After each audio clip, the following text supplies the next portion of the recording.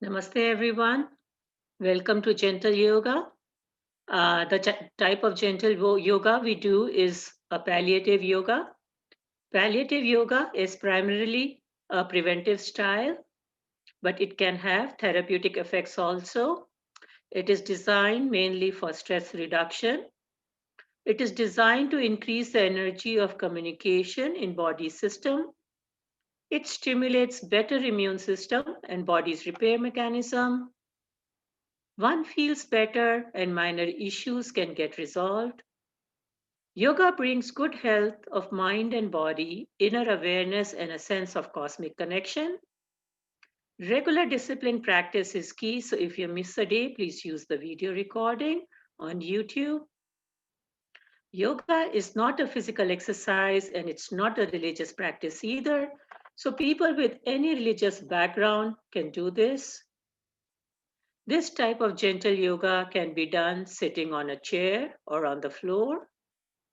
Remember to keep your spine straight but not stiff at all times. Support your back if you need to. Do these practices gently, smoothly, and without jerks. Slower is better.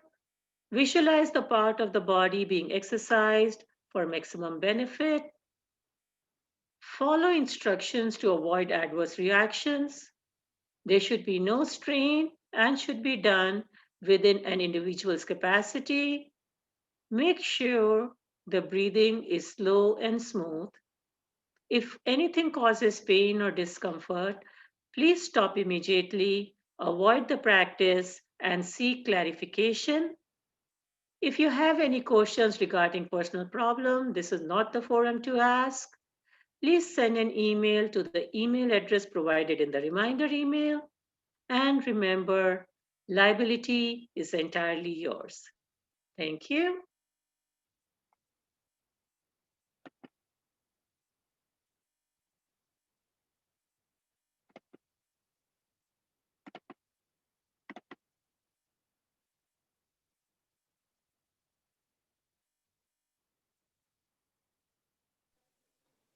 Hello, Anu. Yeah. Hello, Ritaji. How are you? I'm doing good. From tomorrow, I'm traveling to East Coast. Uh-huh. I live there. Actually, I live in East Coast. So I'm going back to East Coast from next week. Okay. Okay. So that's why I want to let you know. Okay. Oh, that will be nice seeing you. Okay. Narayan, you want to start?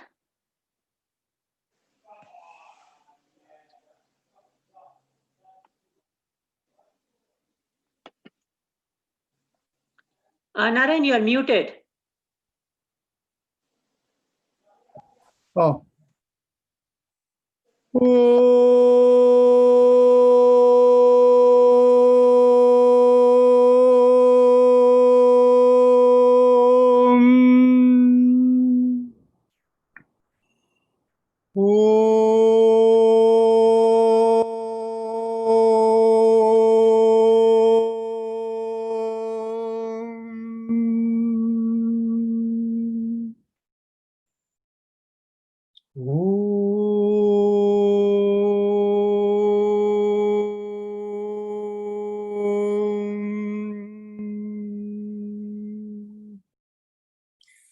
So we go on to our chakra vibration, bring the awareness to the perineum, and there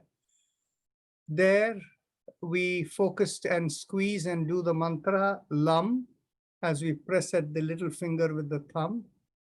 So is there anybody new who doesn't know where the perineum is? I think everybody knows, so everybody is here. Okay, that's fine. So let's There begin. is a new person, I think Raja Bhandarkar. Oh, he's old person, no problem. So let's take a deep breath in and begin with Lam.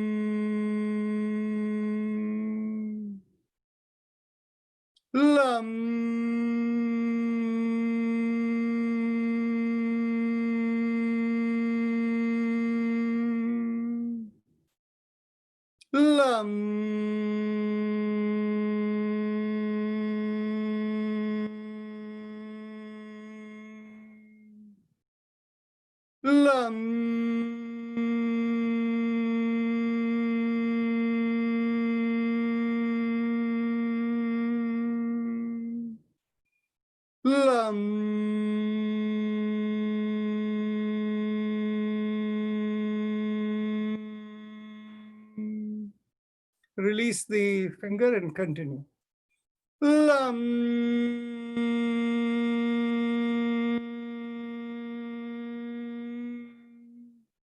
Now bring the awareness 1 inch above the perineum. And here, this is the place behind where we urinate. We gently draw in there as we do the mantra, Vam, and we press the ring finger against the thumb. Take a deep breath. Vam.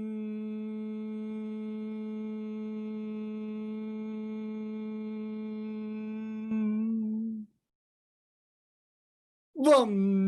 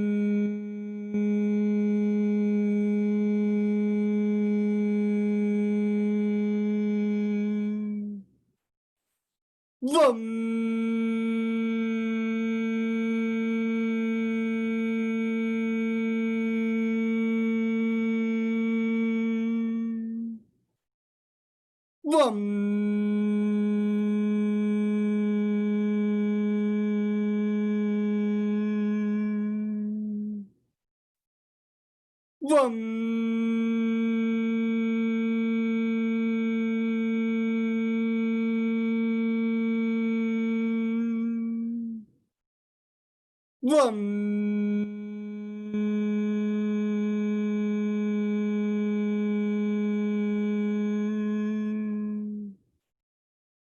Vam.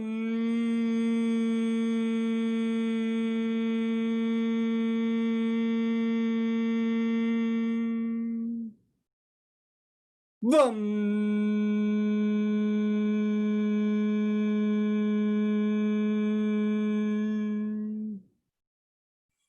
Vam.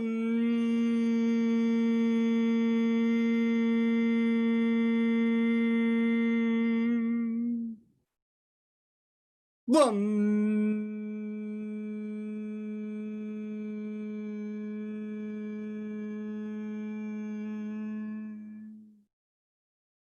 Vam.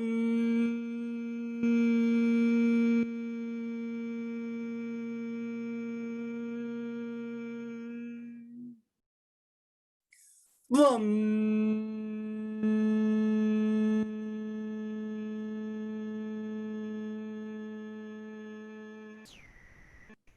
Release the finger and continue. Vam.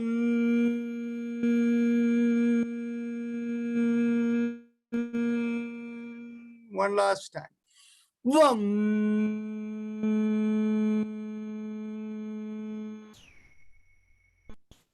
Behind the navel, as we draw in, we do the mantra Ram. We press the middle finger.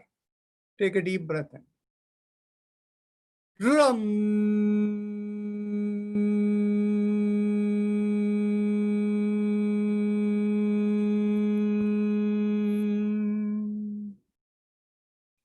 Ram.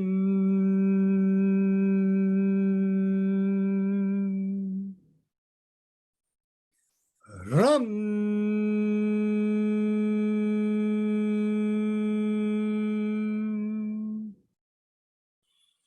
Ram.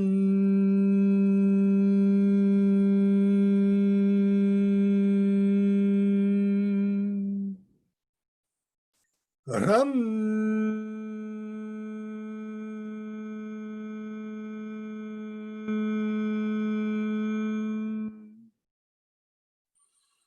Ram.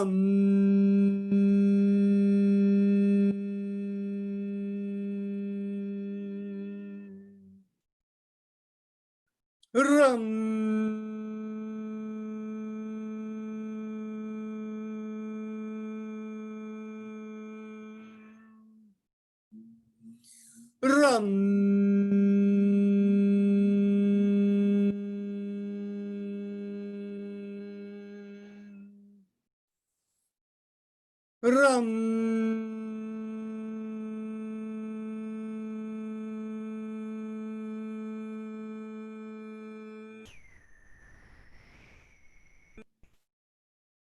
Ram. Ram.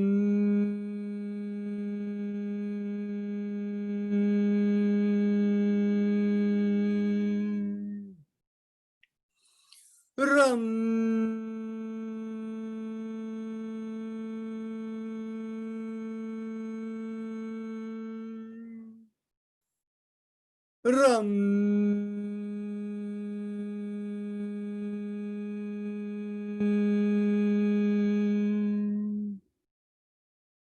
Ram. Ram.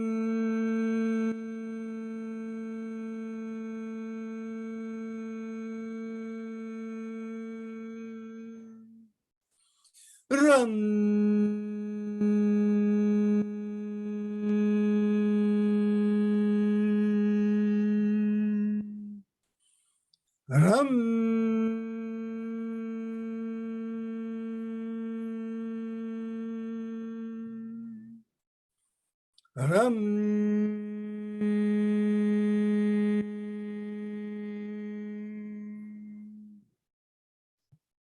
Ram.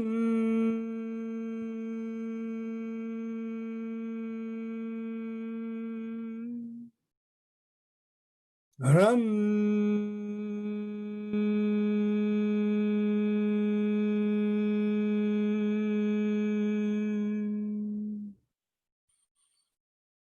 Ram.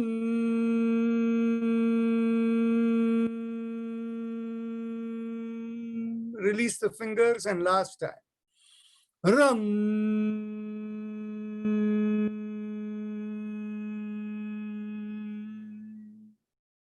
Now bring the awareness behind the, in between the breasts in the middle of the body. Here we do the sound yum. And here we press the index finger against the thumb. Take a deep breath in. Yum.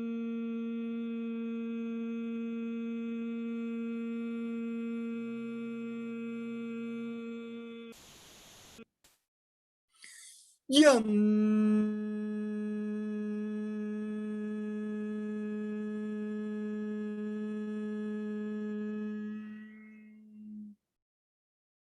Yum.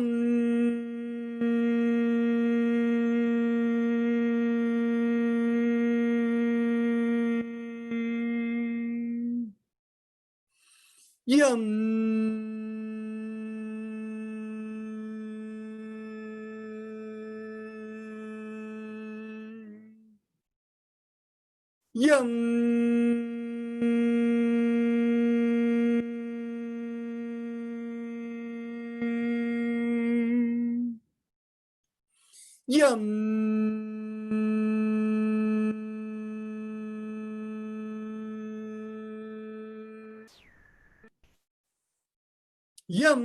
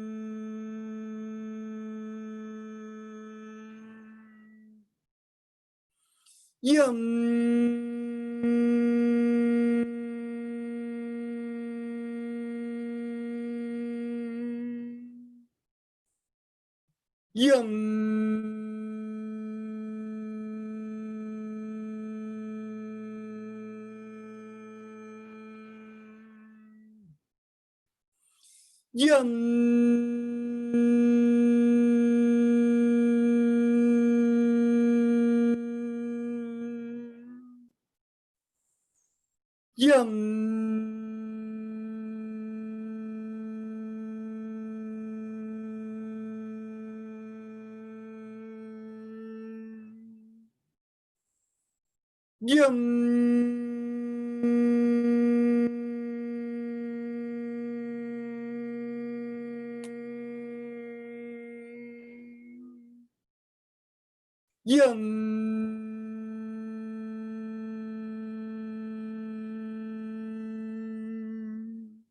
Yum.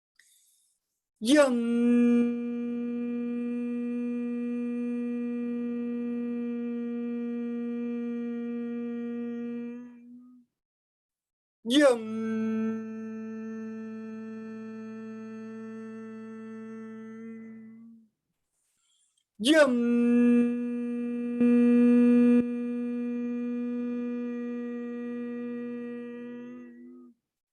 Yum.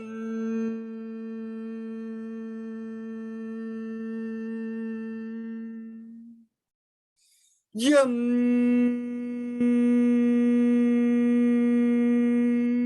Release the fingers last time.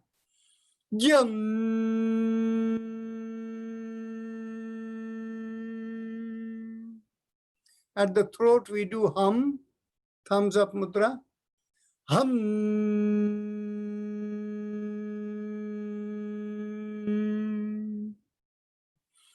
Hum.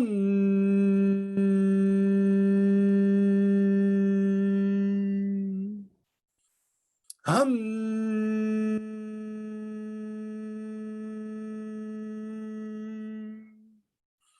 Hum.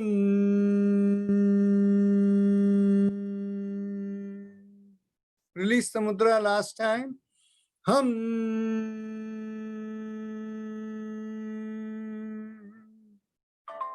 Now we bring our awareness to the middle of the head, and here we do the mantra Cham. So take a, bring again thumbs up mudra. Cham.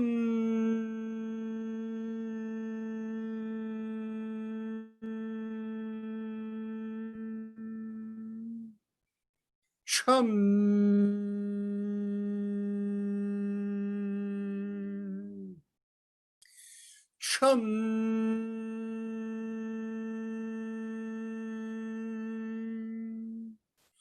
Chum. Release the mudra last time. Sham.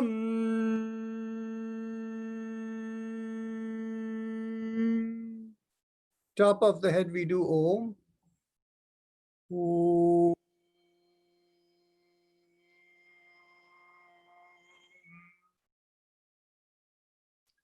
Thumbs up mudra. Om.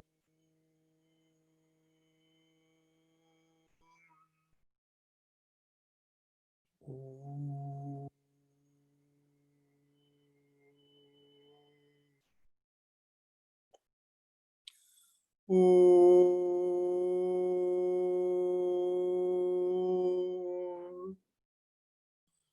Om. Om.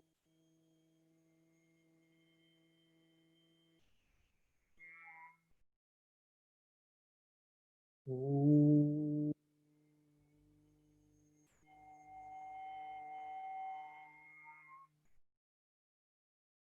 Om.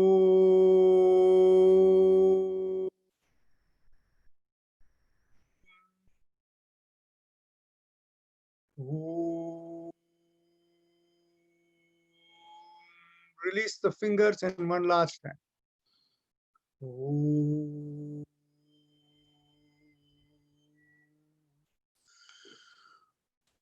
Now we go on to our happy face breathing.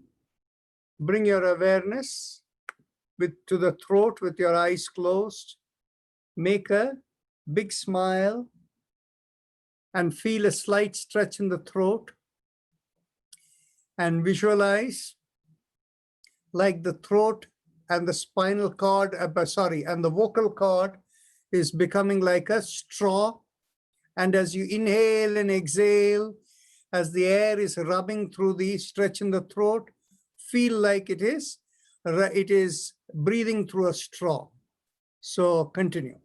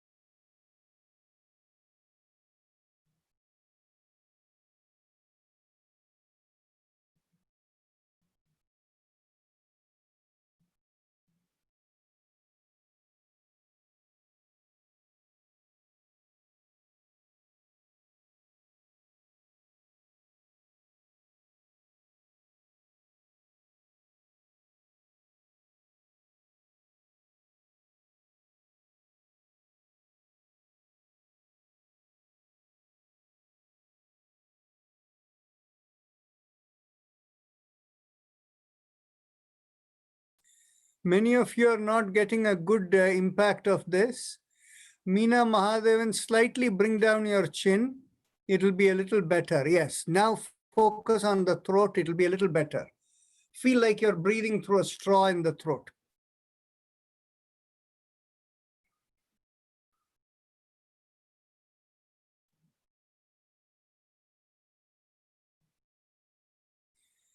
So, Dr. Singhal, you too try to make a stretch in the throat, like you're breathing through a straw. It'll be better. Yes. Yeah, please go ahead.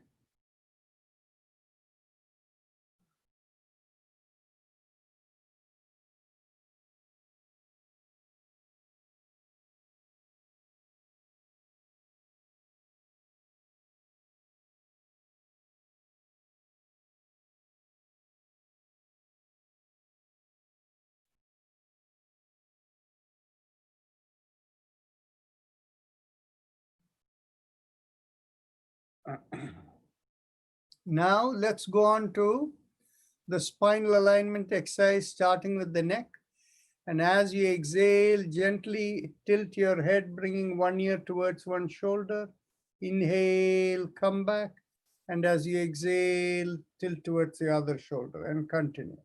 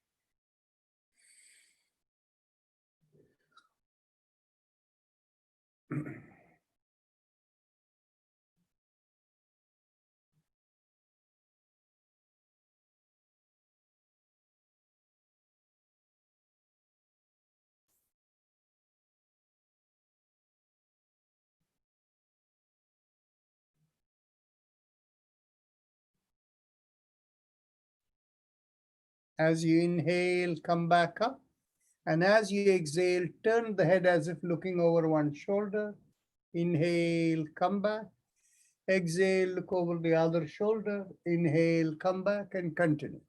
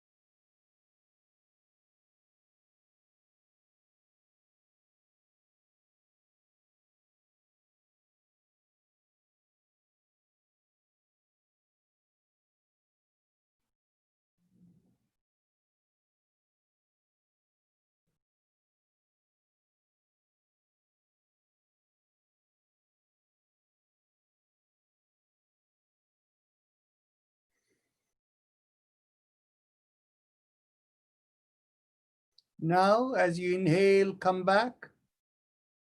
And with the next inhalation, take your head back. And as you exhale, come down. Continue.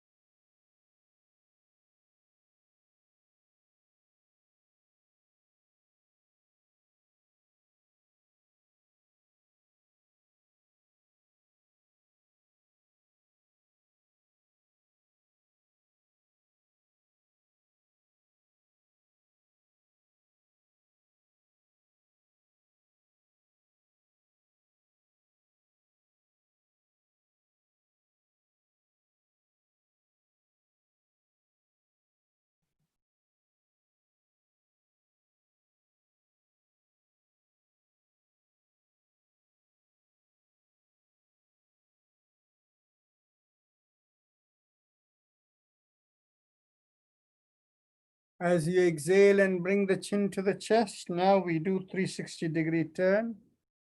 Inhale half a circle and exhale the other half and continue.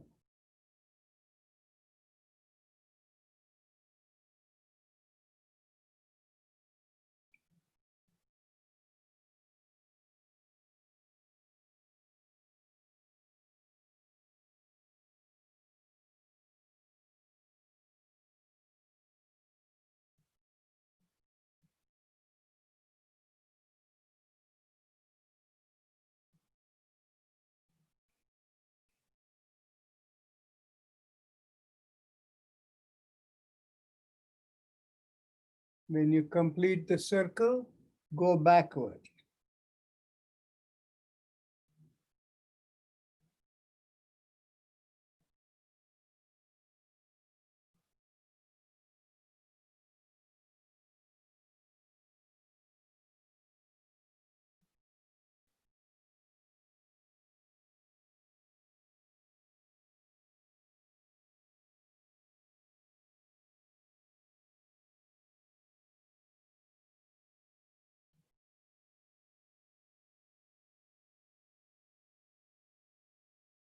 Now let's go on to the shoulder exercises.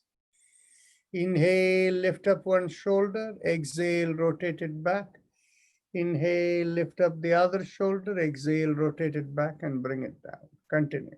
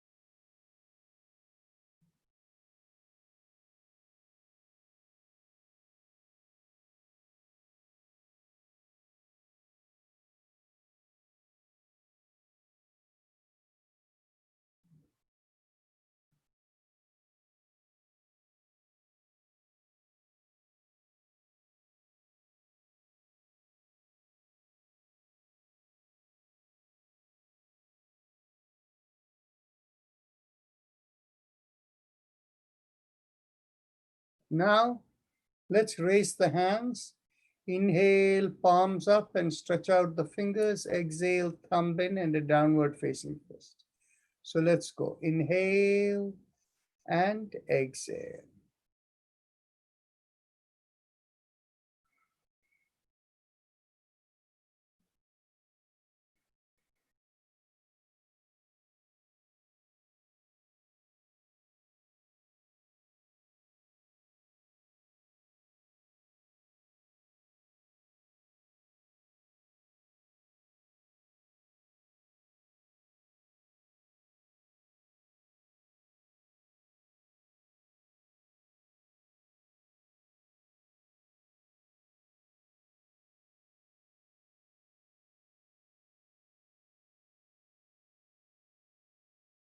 Now, as you make the fist, let's rotate around the wrist. Inhale and exhale.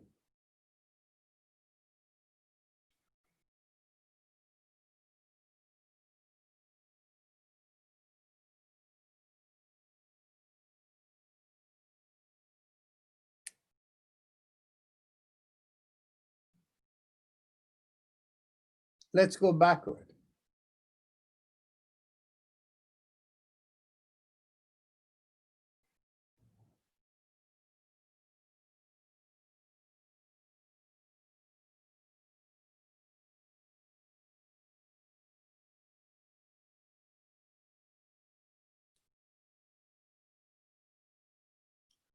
Now elbows in line with the shoulders. We'll move around the wrists, the palms, the fingers. Inhale and exhale. Continue.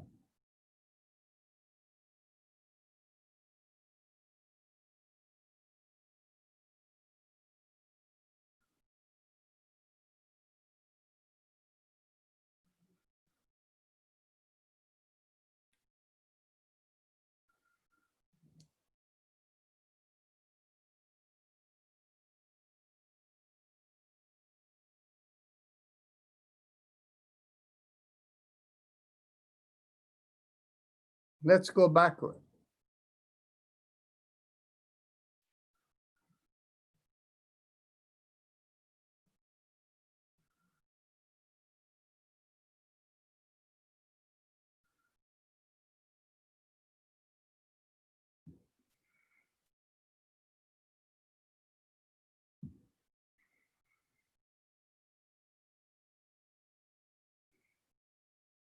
Interlock the hands. We bring it behind the head.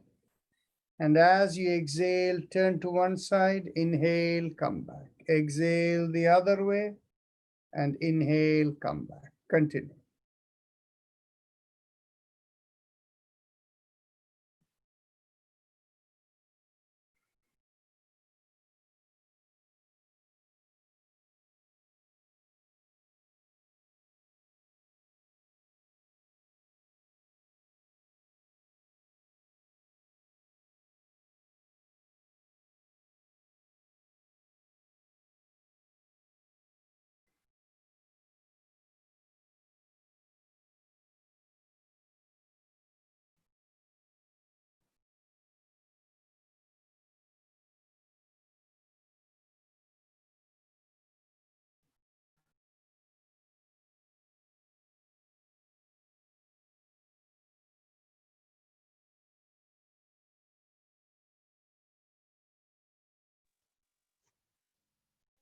Now, when you inhale and come back, get hold of your elbows behind the head. And as you exhale, pull on one elbow. Inhale, pull, come back. Exhale, pull on the other elbow and continue.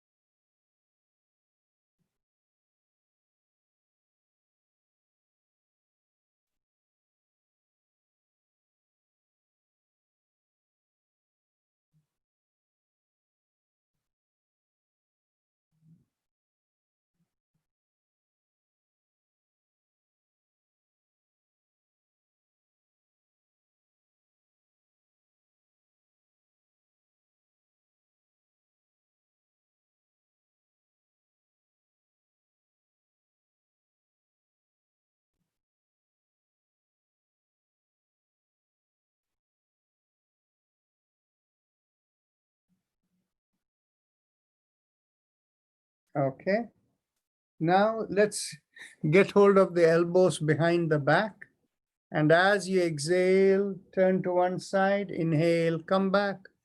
Exhale the other way, inhale, come back, and continue.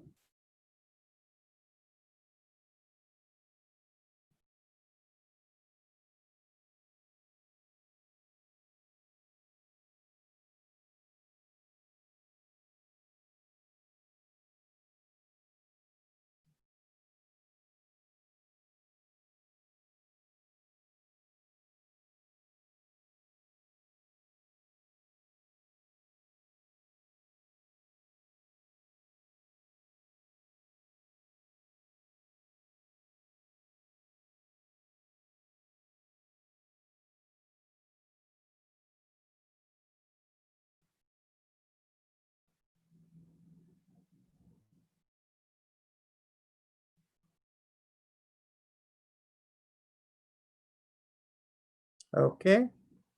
Now get hold of your hips, and as you inhale, go back, pushing on one side, and exhale, come forward, and then push on the other side as you inhale next, and come forward as you exhale, and continue.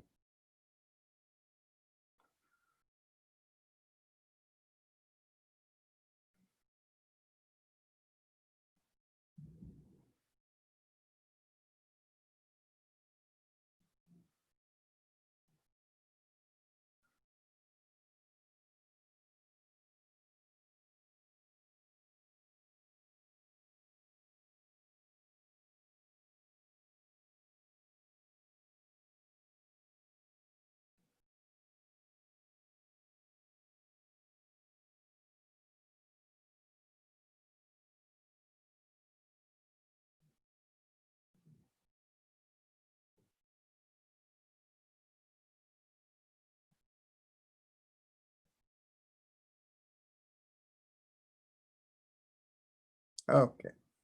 Now let's cross one leg over the other. And as you pull on the leg and cross it over, turn the head to the same side as the leg you're holding.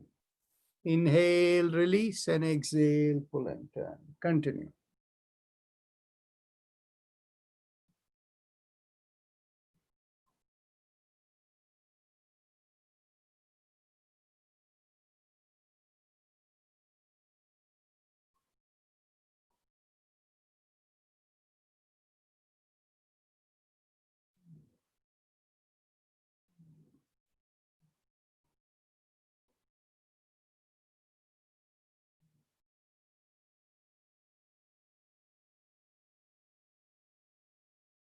Let's cross over the other leg.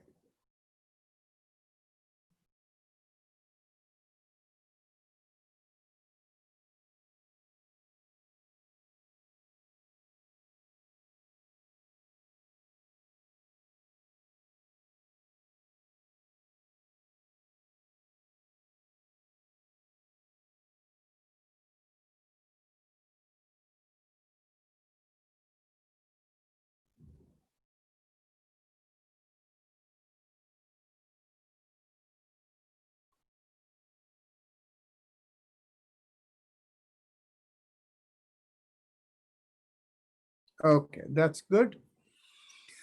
Now let's do the leg, the cycling. Each leg 5 times. Inhale, lift up one leg. Exhale, stretch and bring it down. Second time, 2, 3, 4, and 5. Let's go to the other leg. 1, 2, 3, 4, and 5. Very nice. Now we can do the Basica Pranayama. Anu, you want to lead? Sure. Go ahead. Okay. So we don't need to explain, right? No, just go ahead. So we'll start with the hands on the side, gentle fist. Inhale. exhale. Inhale, exhale. 3, exhale. 4, exhale. 5, exhale. 6, exhale. 7, exhale. 8, exhale. 9, exhale. 10, exhale. 11, exhale. 12, exhale. 13, exhale. 14, exhale. 15, exhale. 16, exhale. 17, exhale. 18, exhale. 19, exhale. 20, exhale. Keep your eyes closed, bring your hands down, relax. Observe the sensations in your head.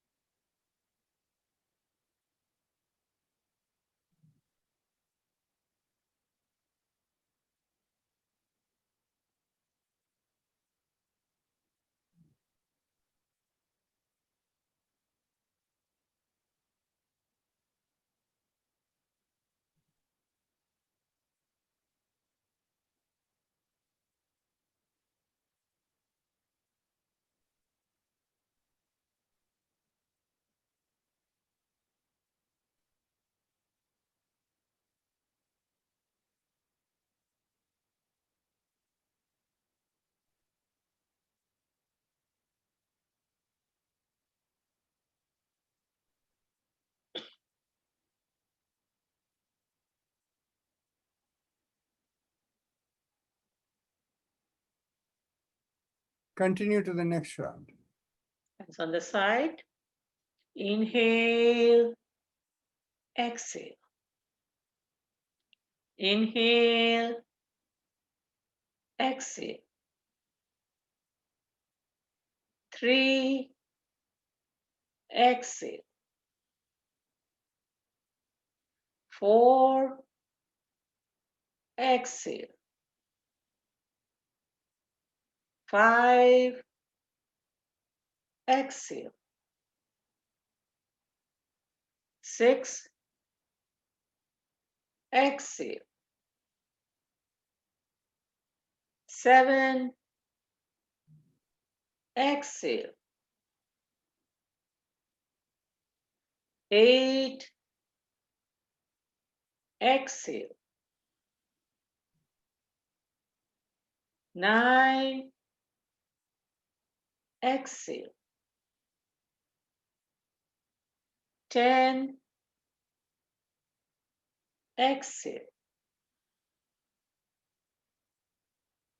11, exhale. 12, exhale. 13,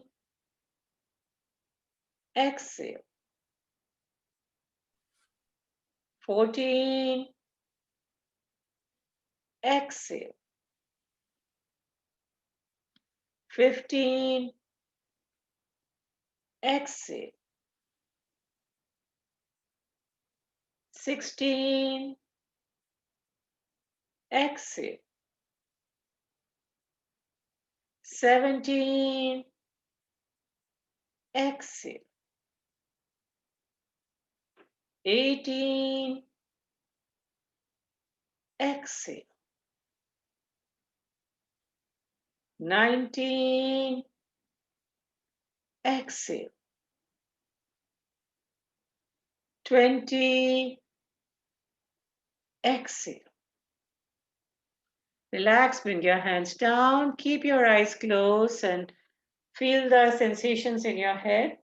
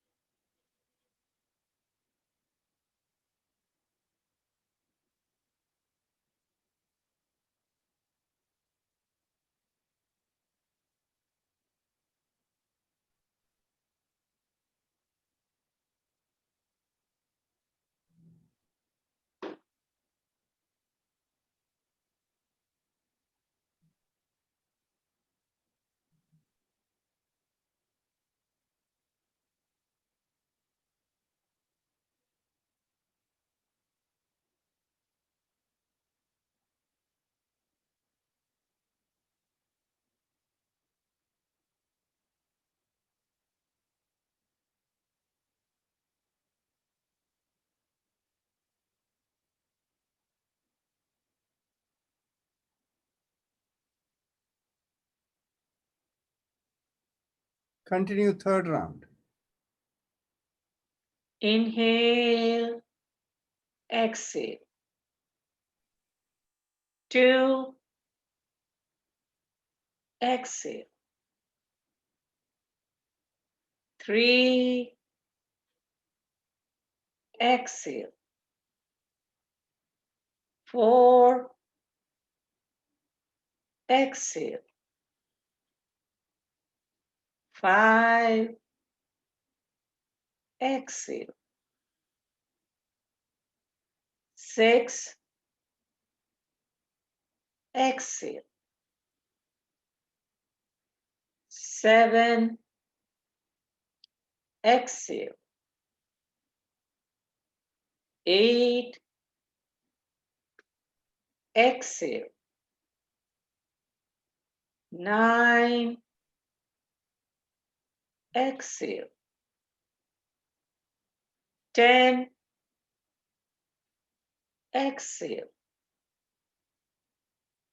11, exhale. 12, exhale. 13,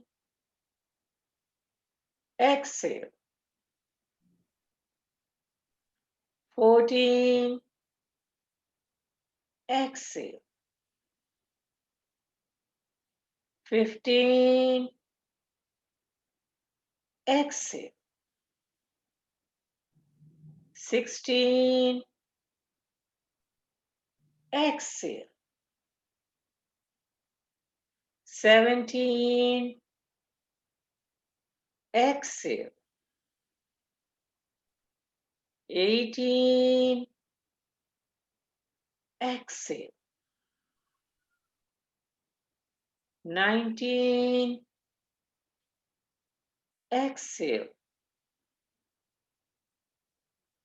20, exhale. Bring your hands down, keep your eyes closed, relax.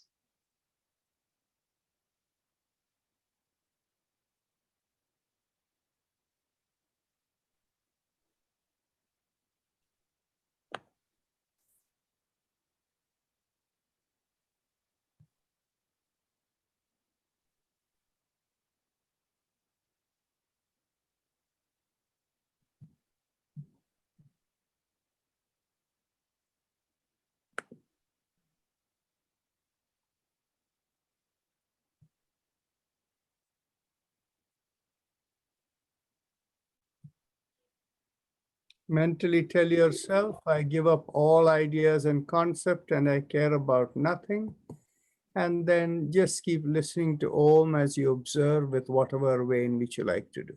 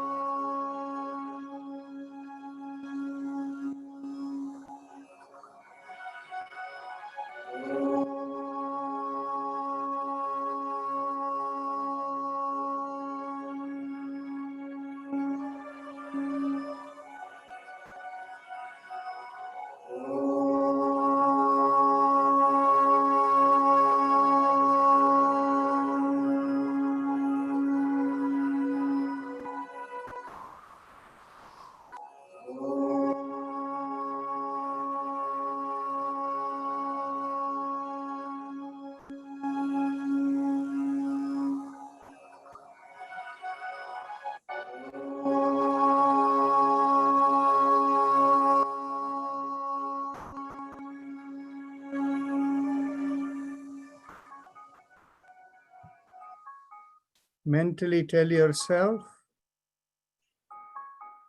let me be guided to fulfill the purpose for which I am born. And with that as the affirmation, raise your hands up and bring it 6 inches in front of your eyes. Look straight into the palm of your hands as you open your eyes.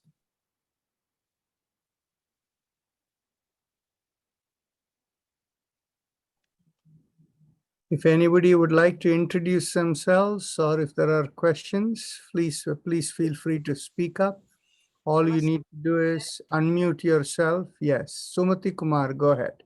I have joined the session after a gap of almost more than a month. So I was missing the sessions due to domestic some commitment. I couldn't join. Today I'm feeling much better. I just want to talk about that thing which we keep the hands on the hips and turn. I'm able to turn one side very comfortably. The other side I'm not very comfortable. Any reason for that? Yes, there should be some stiffness somewhere. Okay. So the idea is not to turn. The idea is to go back.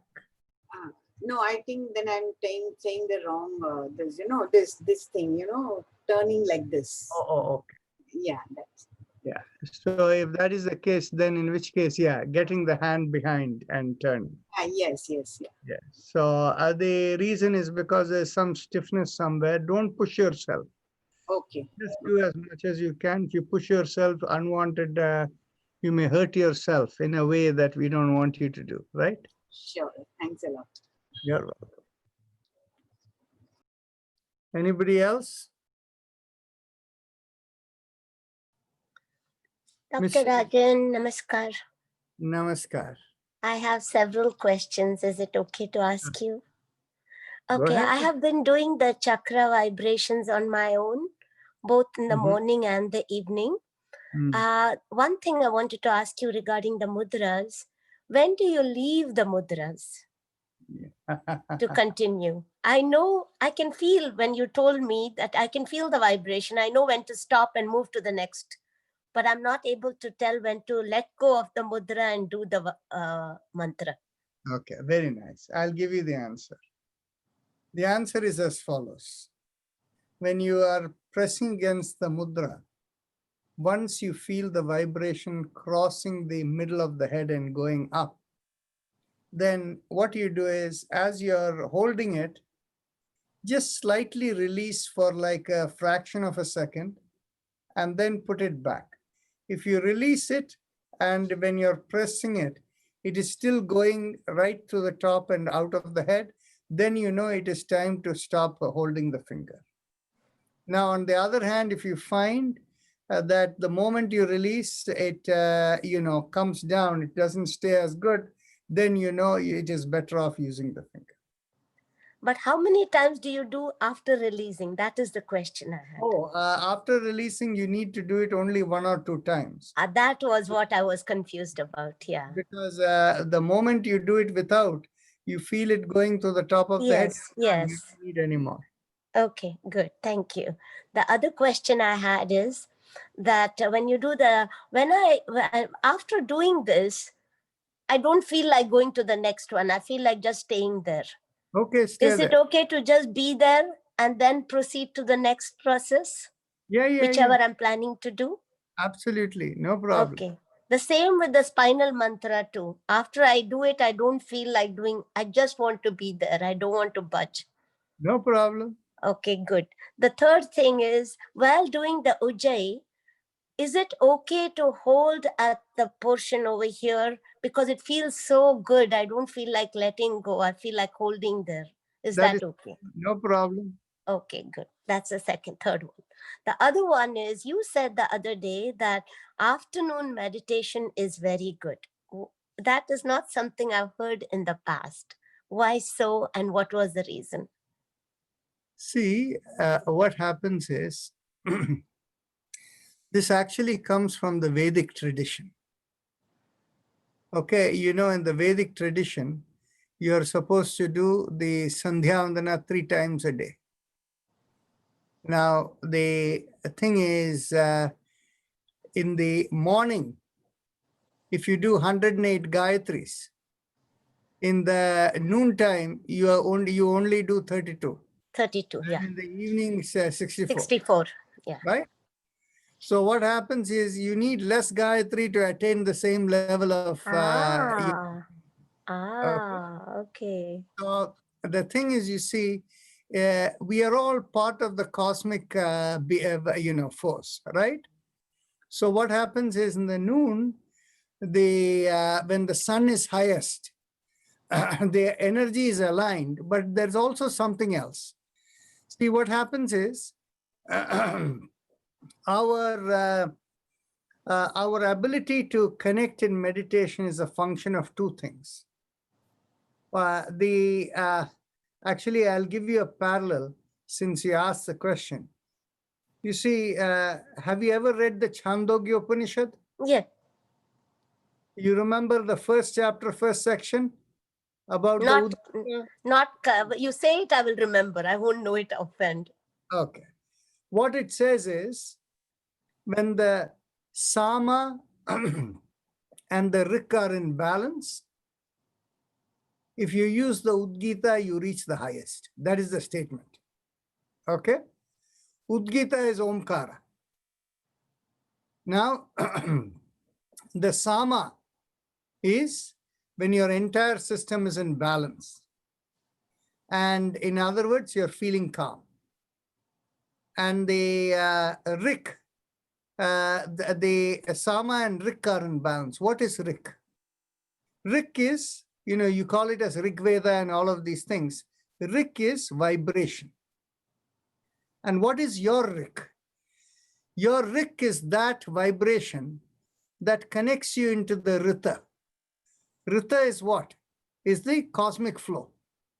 You hear in so many of these Vedic stanza, Ritam Vachmi, Satyam Vachmi. Right? So the thing is, you see, Rita means the cosmic flow, the Rita. So the Rik, the vibration that helps you to connect into the cosmic flow is your personal Rik. That is your personal mantra, right? So what happens is now, you need to be in balance and your vibrations need to be in sync with the cosmic flow. Then at that time, if you have Omkara, it will reach you into the highest. That is what the Chandogya Upanishad is saying. So now let's understand backward now. What are the key elements?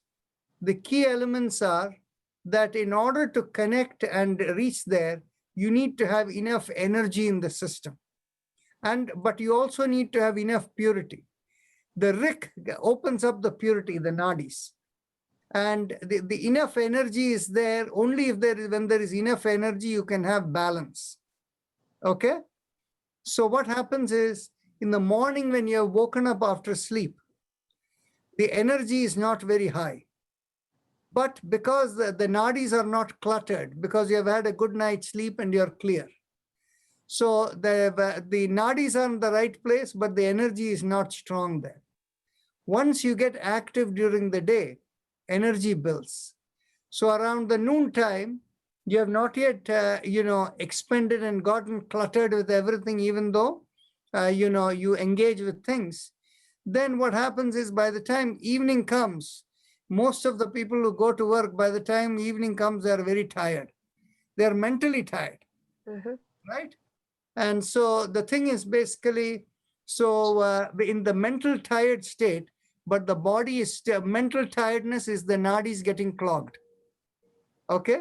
But on the other hand, the energy is good because you've been active throughout the day. So that is why in the tradition, the noon is considered the best and the second best, the evening and the morning. But practically speaking, it is better. Discipline is more important. And so we do the morning, yeah. Morning works better for everybody. Noon means, would it be like before you have lunch, right? Yeah, that's right. That would be the right time, right? So before lunch. Yes. Okay. So, Thank you very much. You're welcome. Chandrasekhar, it's your turn. Namaste.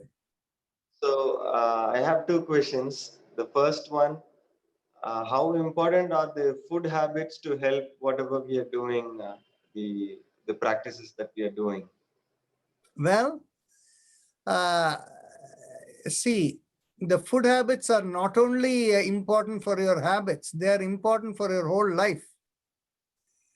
You see, the way you function and all of that.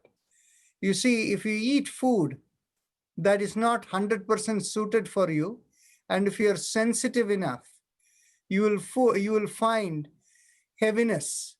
You will find mind not thinking clearly.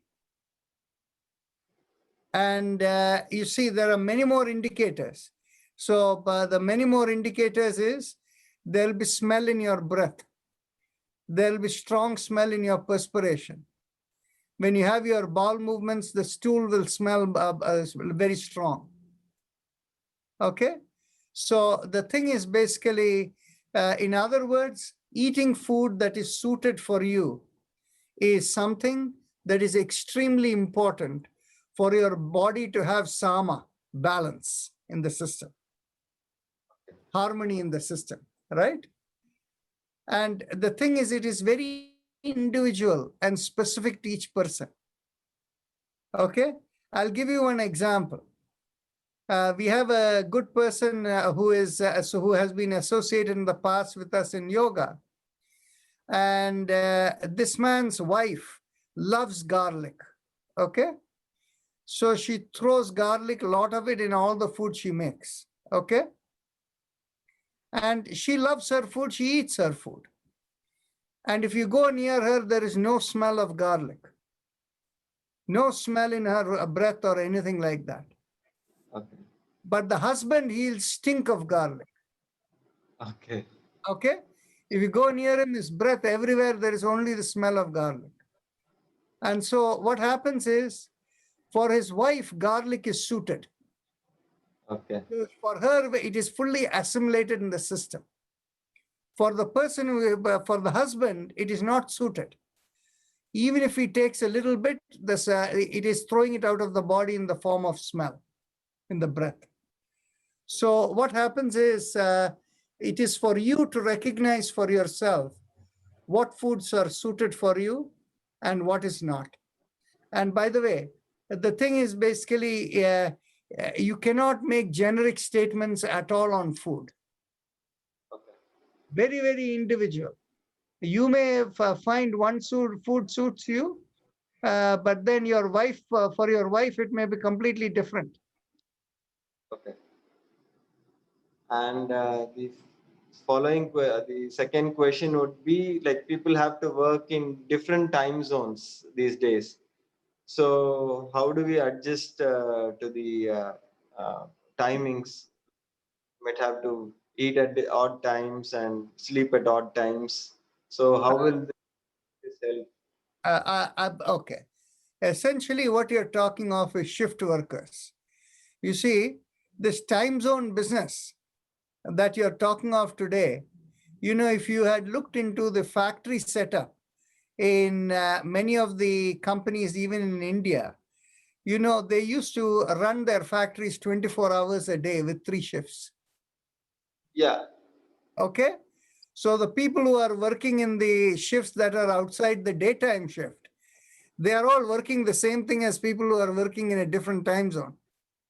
Right?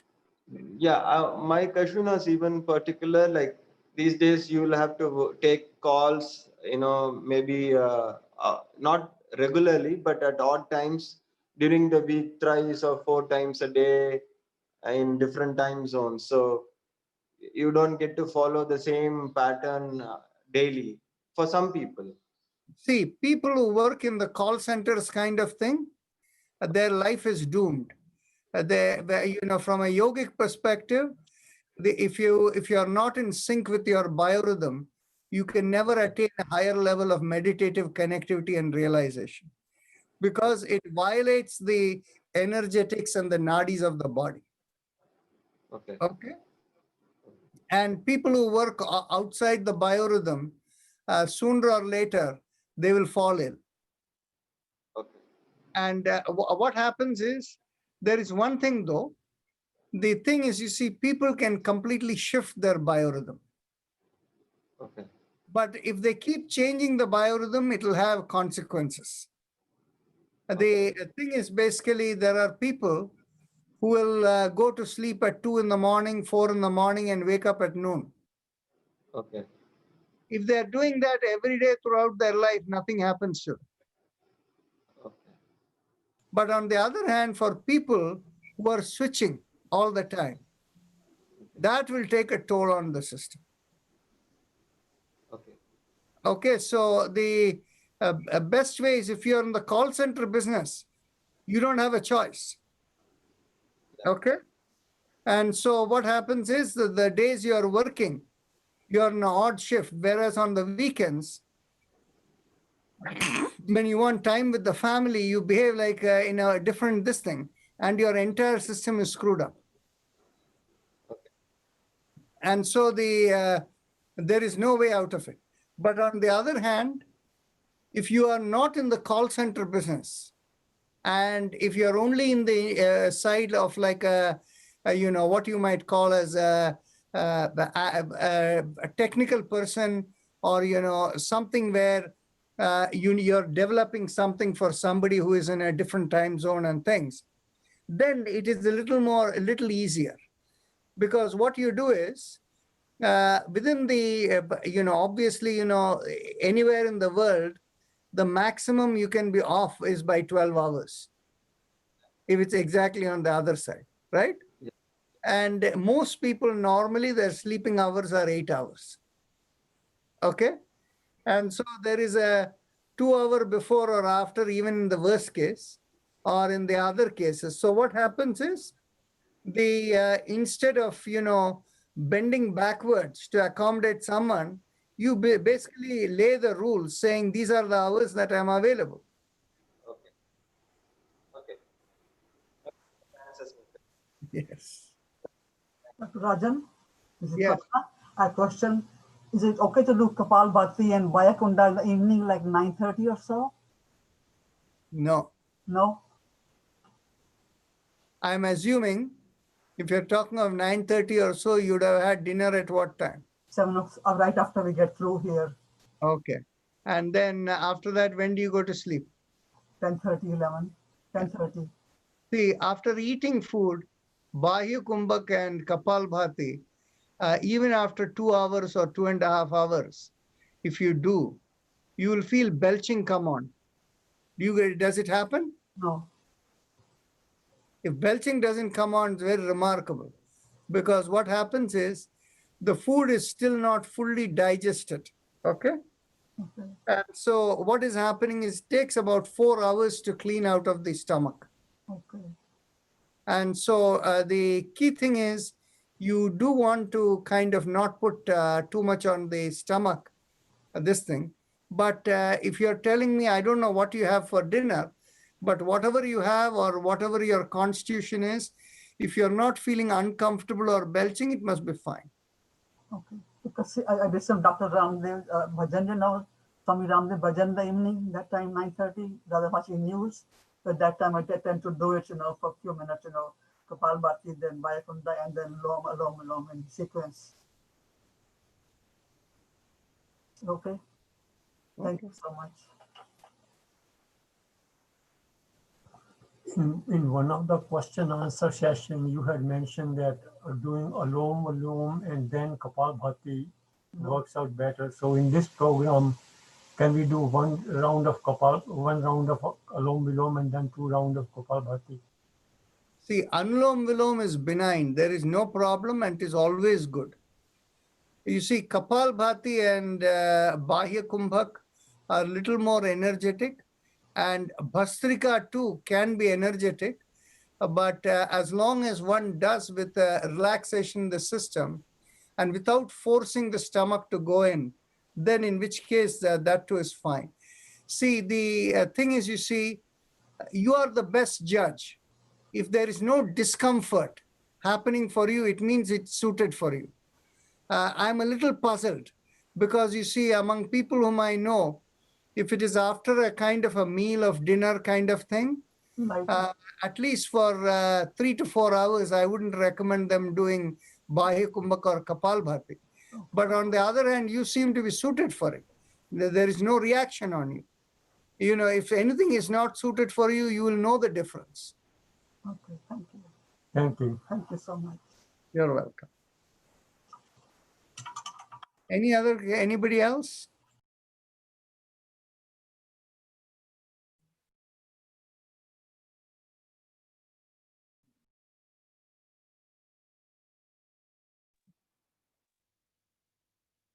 Okay.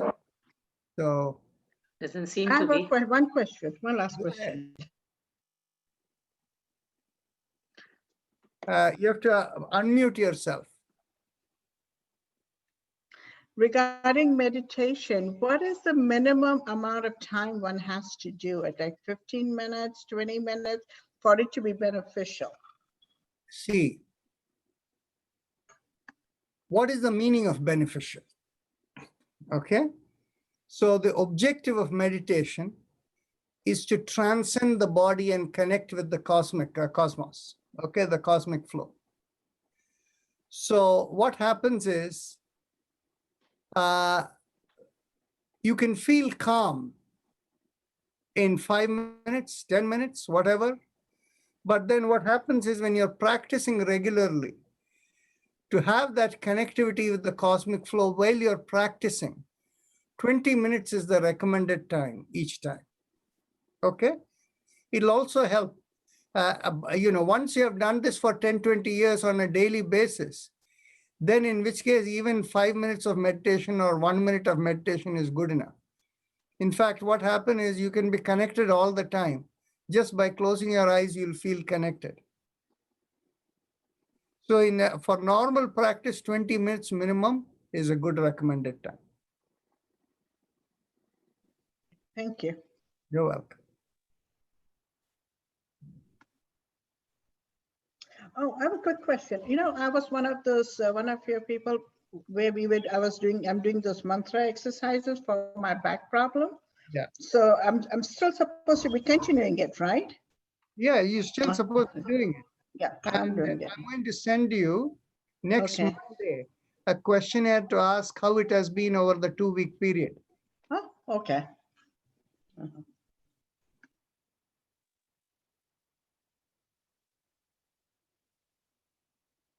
Okay. No other questions? So Thank you, doctor. Thank you. Thank you. You're welcome. Namaste. Good night. Namaste. Tomorrow is the long session, remember. And we will do Baya Kumbhak and Kapal Bhati. Okay, so tomorrow is the GI, digestive system. Yeah. Okay. Okay then. Namaste. Namaste.